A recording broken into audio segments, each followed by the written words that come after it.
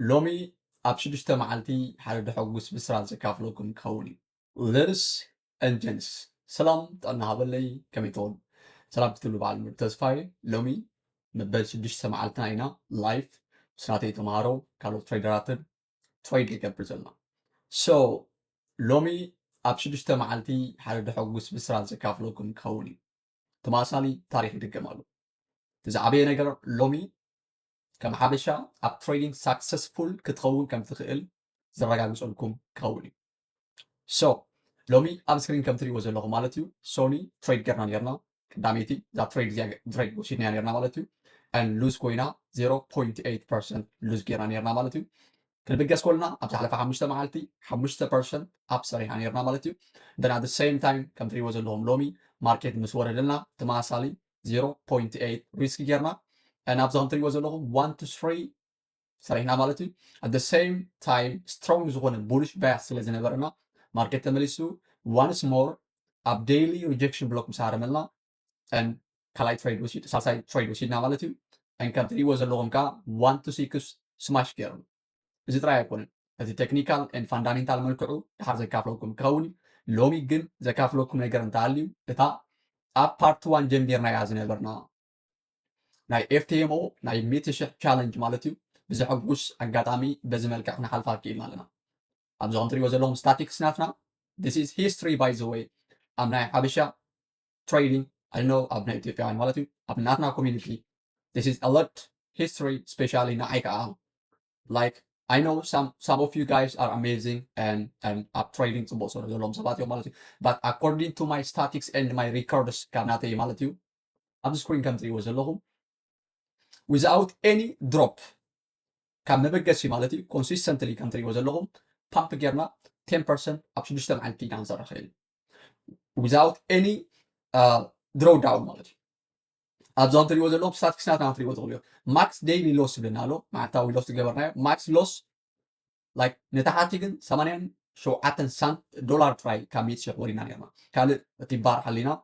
ناي 100 شهر phase 1 باس كنجبر كيلنا أبز statics سنة تري وزلهم win rate بحمسان 4 win rate ناودينا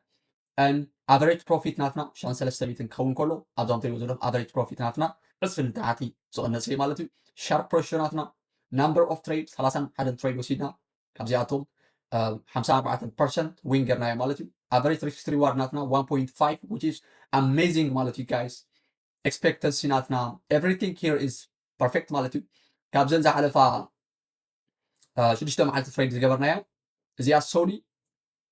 وينجرنا سولس وينجرنا 2% ربع وينجرنا 2% and حمص كم تري وزن لهم like misunderstanding ناي risk management نيرو مالتي and بناتي ناي كنت مش ناي FTMO funded account عندني هجي بناتي ناي كنت مش زعتهم بسيلني مساعتهم بتاع بزع في زياتي تا ماستر زيات يقدر يحصلهم if you بزعبا master account قلت زي فلت تقولكم I can show you here overall my profile نزي مثل مالتي أبزح جوان مزاح جمير نازل account حويسكا أركابي 400 شخص زقوم كابيتال كله ناي مالتي 100 شخص ناي سيتي تريدر إمبريم على مالتي كابيتال ناي FTMO لايف account على نازل مثل and زعجن وستاذ لنا FTMO challenging مالتي so overall لومي مسنايت مالي win rate نافنا 70 كتن 40 كتن win rate على نابلنا له but مسنايت مالي statics أبزي زي كريمكم خلي نعم FTMO هون ملسينا and عربي وينجرنا نيرنا مالتي سنبت بتاع معالتي بتاع نخطو صارنا ستوسنة تريد جيرا نيرا then break even وتينا مالتي سنبت تريد أي جبركون but بتاع معالتي كتو صار متنا بتناتنا بموبايل كليك جيرا نيرا and this one trade أي نبرتن one trade يعني را ستوسنة $3 risk جيرا then معالتي كل زحنا متان قطيفنا مع فيز تونا على مالتي and لومي finally trade جيرنا كم زرع هم trading view the زنبرة already زينيرو it was amazing مجمرة 1% risk جرنا نيرنا then أتينا 3% then 6% and achieve جرنا يا مالتي so yeah guys نزي مثل what was behind even لومي at the same time حدا نعطي تمهار يا مالتي أبصر بقوان interview ده أربلكم كونيو تي زنبرة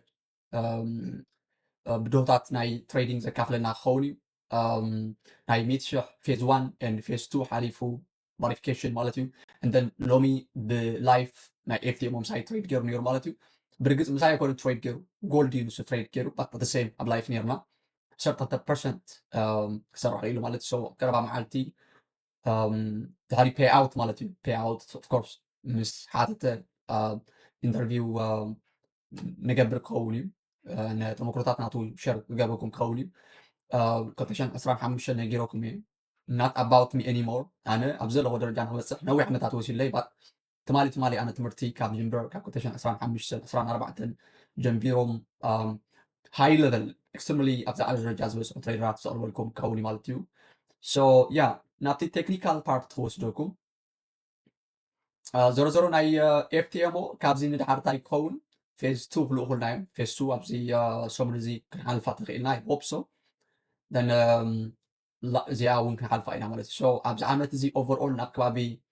I think 500k ክሳብ 6 ወርሒ ዘሎ ኣካውንት ካፒታል ክህልወኒ ክፅዕር እየ ማለት እዩ and overall ናብ መወዳእታ ዓመት ናብ ከባቢ 1 ሚልዮን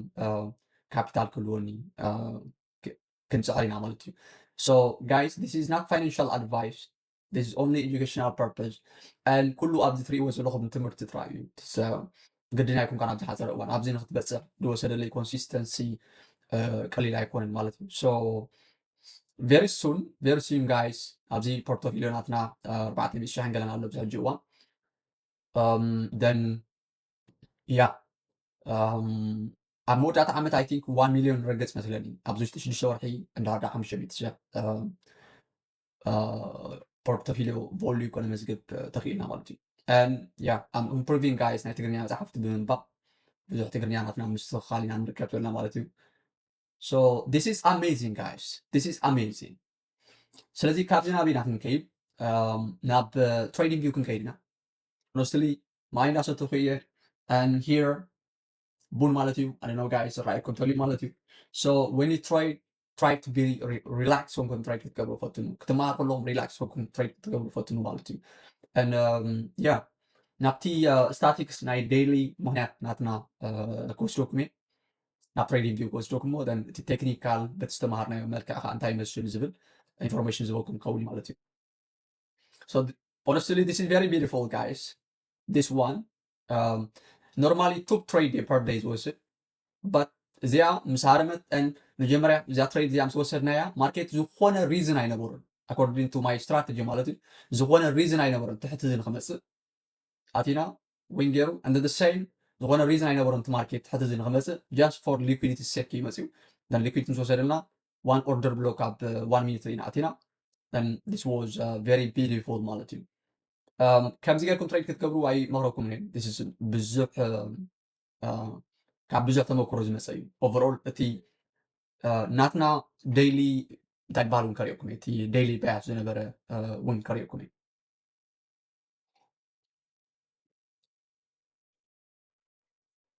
okay so what is this ኣብ ዴይሊ ክንኣቱና ዴይሊ ባያስ ዝነበረ ናትና እቲ ምክንያት ሸር ክገብረኩም ማለት እዩ so ካልእ ዘጥፍኦ ክኸውን እዩ በዚ መልክዕ ኣሪአኩም እየ 3 candle closure ኢና confirmation ሎም ተጠቂምና ብርግፅ ግን ኣብ ሃየር ታይም ፍሬም ተሪእኹሞ ማርኬት እንታይ ገይሩ ላይክ ብዊኪ ክሎዝ ገይሩ ዘሎ ናስዳቅ ኢና ዘለና ብዊኪ ክሎዝ ገይሩ ማርኬት ወሪዱ እንዳርዳ ካብዚ ክሳብ ኣብዚ ናትኩም ፌብናኪ ተስሚርኩም ማርኬት ኣብቲ ሰንተር ናይቲ ሪጀክሽን ብሎክ መፂልና ማለት እዩ ናብ 1 hour ክንከይድ ኢና ኣብ 1 hour ምስ ከድና ማርኬት ኢዝ ፍራክታል ዝብል ኮንሰፕት ተማሂርና ነርና ቅድሚ ሕጂ so እንታይ እዩ ማርኬት ኢዝ ፍራክታል ኣብ ናይ ሓደ ሰዓት ምስ ከድና ከዓ ተሪእኹሞ ማርኬት ነታሓት ገፂ ይወርድ ነይሩ ማርኬት ካብ ዝኽፈት ንታሕቲ ባይዞ ክወርድ ውዒሉ ምስ ወረደ ሂር ኣብዛም ትሪእዎ ዘለኹም ብቦዲ ክሎዝ ኣይገበረልናን ኣብዛ ሰዓት እዚኣ ተሪእኹሞ ብቦዲ ክሎዝ ገይሩና ኣብዛ ሰዓት እዚኣ እውን ተቐዳሚ ትሬድ ገርና ነርና ቢኮዝ ሊኩዊዲቲ ስለ ዝወሰደልና ማለት እዩ ኣብዚ ሊኩዊዲቲ ኣለና ይከም ትሪእዎ ዘለኹም ኣስሚርና ኣለና ኣብዚ እውን ሊኩዊዲቲ ኣለና ኣብዚ ሊኩዊዲቲ ኣለና ኣብዚ እውን ሊኩዊዲቲ ነርና ሊኩዊዲቲ ምስ ወሰደ ተቐዳሚት ኣቲና ስቶፕ ሎስ ኮይና ኣብታ ካልአይቲ ግን ፍራክታላይዜሽን ተጠቂምና ፍራክታላይዜሽን ማርኬት ክሎዝ ኣብ ዴይሊ ክሎዝ ገይሩ ኣብ 1 hour ዊክ ክሎዝ ምስ ገበረ ደን ሪቨርሳል ክህሉ ይኽእል እዩ ሶ እንታይ ኢና ክንፅበ ዘለና ኮንፊርሜሽን ክንፅበ ነርና ማለት እዩ ኣበይ ከድና 15 ሚኒት ከድና ማለት እዩ ኣብ 15 ሚኒት ኣብዚ ከም ትሪእዎ ዘለኹም ሂር ኣብዚ ማለት እዩ እዛ ካንድል እዚኣ እዛ ናይ ሙዳታ ካንድል ዘላ እዚኣ ማለት እዩ እዚኣ ምስ ተፈጥረት ልክሊቲ ታሓት ስዊፕ ምስ ገበረት ደን ኣቲና ዋይ ኣቲና ቢካዝ እንዳሕራ ዝረኣየኩም ሃልዩ ኣብ ናይ ዴይሊ ናትና ሪጀክሽን ብሎክ ዘሎ እሱ ማርኬት መፅኡ ክሊክ ገርልና ኣብኡ ተንኪፍልና ማለት ኣቲና ደን ንላዕሊ ወፅዩ ኦር ተደሊኹም እውን እዚኣ ካንድል እዚኣ ምስ ተፈጥረት እዚኣ ማለት እዩ ኣብዚ ከባቢ እዚ ክንውስኽ ንኽእል ነርና ኢና ማለት እዩ ደን ኣቲና ከም ትሪእዎ ዘለኹም ቴክ ፕሮፊት ሃሪምና ደን ቴክ ፕሮፊት ምስ ሃረምና ተመሊሱ ዋይ ኣብ 15 ሚኒት ክንከይድ ንኽእል ኢና ዝተመለሰሉ ምክንያት ነው ወይ there is here inversion fair value gap ማለት እዩ ሶ ማርኬት ነዛ inversion fair value gap ናትና እዚኣ which is here እዚኣ መውጣት ታቢየ ንሓፃሪ ነዛ inversion fair value gap ናትና ምስ ተከፋ ተመሊሱ ተመሊሱ ማርኬት ክገብሮ ዝነበሮ ነዚኣ ኦርደር ሚቲጌሽን ብሎክ እዚኣ ሪስፔክት ገይሩ ክወፅእ ዝግባእ ነይሩ ኣይገበረን ንታሕቲ ወሪዱ ዋይ ቢካዝ ኢኳልስ ኣብ ታሕቲ ስለ ዝነበርና ሊኩዊዲቲ ተወስደ 1 2 ነርና ማለት እዩ ሶ ዋላ እኮ ክምለስ ኤክስፔክት ዘይገበርና ምስ ተመልሰ ግን ናትና ኦቨርኦል ባያስ ቡሊሽ ስለ ዝነበረ እንደን ላይክ ወሪድ ማርኬት ሊኩዊድ ስዊፕ ገርና somewhere around here ኣብዚ ከባቢ ሊኩዊድ ነርና ማለት እዩ then ምስ ወሰደልና ኣብ 1 ሚኒት ተኸይድና can see this guys so once liquidity ምስ ወሰደና like liquidity ናትና እዚኣ እያ ዘላ I don't know እንዳሕርዳ ቅድሚ ሕጂ ቪድዮታት ዘይረኽሞ እዚ ክርዳእኩም ይኽእል እዩ ባት ኖርማሊ እዚኣ ካንድል እዚኣ መፅያ ሊኩዊዲቲ ወሲዳትለ ናይ መወዳእታ ዘላ ካንድል ሊኩዊዲቲ ምስ ወሰደ እዛ ካንድል እዚኣ እንታይ ገይራ ነዊሕ ሪጀክሽን ብሎክ ፈጢራ ነንታ ክንገብር ነርና ኣብ ክንዲ ተፀቢና ደን ሓንቲ ካንድል ካብ ድሕሪት ወሪዳ እዛ ካንድል እዚኣ ማለት እዩ ድሕሪኡ ደን እዛ ካንድል እዚኣ ምስ መፀት ደን እሳ ክትስበር ኣለዋ ብምንታይ ቦዲ ተሲራ ማርኬት ሊኩዊዲቲ ወሲድሎ ወፂኡ ላዕሊ ማርኬት ክሎዝ ገርና which is here CISD change in price state of delivery ማለት እዩ ንላዕሊ ብሬክ ገርና then once ማርኬት ምስ ተመልሰ ብዚኣ ኣቲና and ከም ትሪእዎ ዘለኹም it was successful ማለት እዩ once ማርኬት ብሬክ ምስ ገበረ ሰብሎስ ናተይ ናብ ብሬክ ኢቨን ኢተዮ ማርኬት ኣይተመልሰን and ኣብ ብሬክ ኢቨን ስለ ዘሎ ኳ then okay normally 1 to 2 እየ ዝወፅእ which is ኣብዚ ማለት እዩ 1 to 2 እየ ዝወፅእ ባት ኣብ ብሬክ ኢቨን የገር እየ ዘለኹ ተመሊሱ ኦልሬዲ ኣብ ምክስድ 1 to 3 ሰሪሕና ስለ ዝነበርና ቅድሚ እዩ ፀገም ዘለዎ ይኮነ ሶ ኖርማሊ ክፅበዩ የለን ክሳብ ኣበይ ክሳብ ላዕሊ ኣብዚ ሊኩዊዲቲ ዘለና እንተፀቢናዮ ከም ትሪእዎ ዘለኹም ፕሮፊት ሃሪምና ባይ ዘ ወይ ሓደ ዘስሕቕ ክነግረኩም ኣብዚ ማለት እዩ ኣብታ ቴክ ፕሮፊት ናተይ ምስ ሃረመ ኮሚሽን እያ ነራ ኮሚሽን ኣለዎ ናይ ኮሚሽን $100 ቀኒስለ 10,000 ምስ ገበርኳስ $100 ቀኒሳስ 9,900 ኮይና ان 9,900 ምስ ኮነት then ካልእ ትሬድ ክኣትለኒ and ካልእ ትሬድ ክኣቶ ኮይነ ምስ ኣተኹ ባይ ዘ ወይ ሂር ብንእሽተይ ሎቲ ኣትየ $100 ክሰርሕ ስለ ዝነበረኒ ማለት እዩ ቢካዝ ናይ ኮሚሽን $100 ቀኒስለይ ጋይስ ናይ ኮሚሽን $100 ምስ ቀነሰለይ ኣብዚያ ከባቢ እዚኣ ክኣቱ ነርኒ ትሬድ look guys it was I think ብለው ምስ ገበርኳ ነይረ መስለኒ $100 ንክረክብ ኢለ ማለት እዩ ኣብዚ ከባቢ ዝኣትዩ and ማርኬት ንድሕሪ ተመሊሱ ቅድሚ ሕጂ ኣብ 2024 ከባቢ ማለት እዩ ከምኡ ገይሩ ነይሩ ናይ FTMO ናይ 200,000 ኣካውንት ንክሓልፍ ማለት እዩ $1 ጎሊዳትኒ ጋይስ $1 ይግለብ ዘለዎም and then just $1 ተሪፋትኒ ኮላ ድሕሪኡ ማርኬት ተመሊሱ $100 እትኒ ታሕቲ ማለት እዩ ስታ ክገብር ነርኒ ኦኬ ገሪፈ ካል ማለት ክንዲ ትሬድ ዝገብር እንታይ ገይረ ኦኬ ከምልስ ኣለኒ ኢላ ኣትየ like ከሲረ ካብ $1 and then እታ ኣካውንት ብሎክ ገይረ ያ ጋይስ that was ብዙሕ ገንዘብ ኣይነበረን ሽዑ ገንዘብ ነርኒ honestly trader profitable trader ስለ ዝነበርኩ ባት ካብ ኣጋጥሞ እዩ ሎሚ ከዓ ከምኡ ገጢምኒ ባት like $25 ሪስክ ገይረ ሓንቲ ካንድል ስቶፕሎስ ገይረ somewhere around here ገይረያ ንእሽተይ ማለት እዩ and then because continuation ከም ዝኮኑ ማርኬት ሪኤ ነርቲ ቦዲ ቲ ካንድል continuation ከም ዝኮኑ ማለት እዩ and ኣቴ and profit ሃሪማትና ማለት እዩ ሰኻ ማለት እዩ so it was crazy ንዓኻትኩም ሼር ክገብረኩም ኢለ ጥዕምቲ ኒውስ ኢለ ከምኡ ገይረያ ብለው ተዝገብራ ነይረ ጋይስ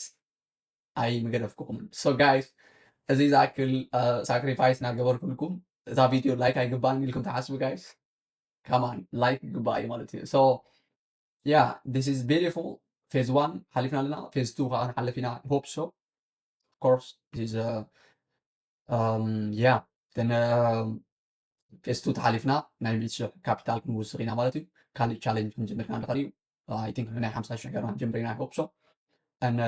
yeah that's it guys thank you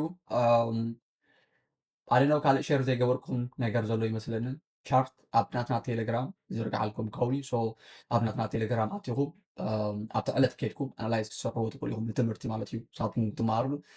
ቴሌግራም ቻነል ናትና እዚ ኣብ ስክሪን ትሪእዎ ዘለኹም እዩ ማለት እዩ ሶ ኩልኻትኩም ጆይን ግበሩ ኣብኡ መዓልታዊ ቅድሚ ትሬድ ምግባረይ እውን ኢንፎርሜሽን ዝሰደሉ ኣጋጣሚታት ኣሎ እዩ ማለት እዩ ሶ ያ ከን ጆይን ኣብኡ ጆይን ክትገብሩ ትኽእሉ ኢኹም ጋይስ ስለዝነበረና ግዜ ስለምክትታልኩም ኣመስግን ማለት እዩ ዝኾነ ዕቶ እንድሕር ሃሊኩም ኣብ ትሕቲ እቲ ቪድዮ ኮመንት መልክዕ ክትከትፉልና ትኽእሉ ኢኹም ያ that's it guys thank you peace bring to money guys change your life make your father proud make your mama proud and make your life proud ልዕሊ ኩሉ ዕውት ሰብ ምዃን ወይ ከዓ financially free ምዃን ማለት እዩ ልዕሊ ኩሉ ንውሽጥኻ እዩ like I feel like I'm bigger more loved more successful I'm so happy I don't care about the system the matrix that's it guys so thank you honestly ናብ ከባቢ ብናተይ ናይ FTMO live account ኣትየ ነይረ ማለት እዩ I don't know ተዘያርየኩም ባት ከም ትሪእዎ ዘለኹም ኣብዚ ከባቢ 25 ገንዘብ ኣለና ማለት እዩ ከም ትሪእዎ ዘለኹም እቲ 4,000 ካፒታል ናተይ ኣይኮነን 25 10% ናይዚ ሕጂ ትሬድ ንገብሮ ዘለና ማለት እዩ so we did something like 10k ኣብዛ ወርሒ እዚኣ ማለት እዩ so 5k almost ናብ 6,000 ዝኽእል ሶኬት ንገብር ኢና pay out and ዝተረፈ ትሬድ ገብረሉ እየ I hope so ኣብዛ ወርሒ እዚኣ ቅድሚ ሕጂ 10,000 pay out ገይረ ወይ ከዓ ገንዘብ ሰሪሐ ሪከርድ ሰሪሐ ኢለኩም ነይረ ማለት እዩ I hope so ኣብዛ ወርሒ እዚኣ ታናይ 10,000 ሪከርድ ክንሰብራ ማለት እዩ guys thank you guys have a nice time